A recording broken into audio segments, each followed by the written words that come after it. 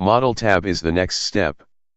The Model tab is the place for archiving and visualizing the parts and assemblies comprising the solid model for the design of the project. It also provides a seamless interface with the eDrawings viewer for thorough inspection of part or assembly files of interest in 3D.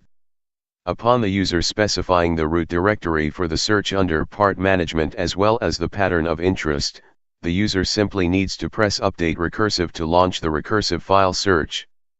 Then you can choose the type of file that you want to import into ecosystem, such as part or assembly files. Even if the design team kept the design files in multiple directories, the common root directory can be specified. In the unlikely case, the design files were distributed across different file systems, the recursive search could be repeated for each file system. For the Spacer Cart project, the system was modeled as one assembly in the SolidWorks. Therefore, I can import its model using the master assembly option instead of root directory. The importing process may take a while, so please be patient.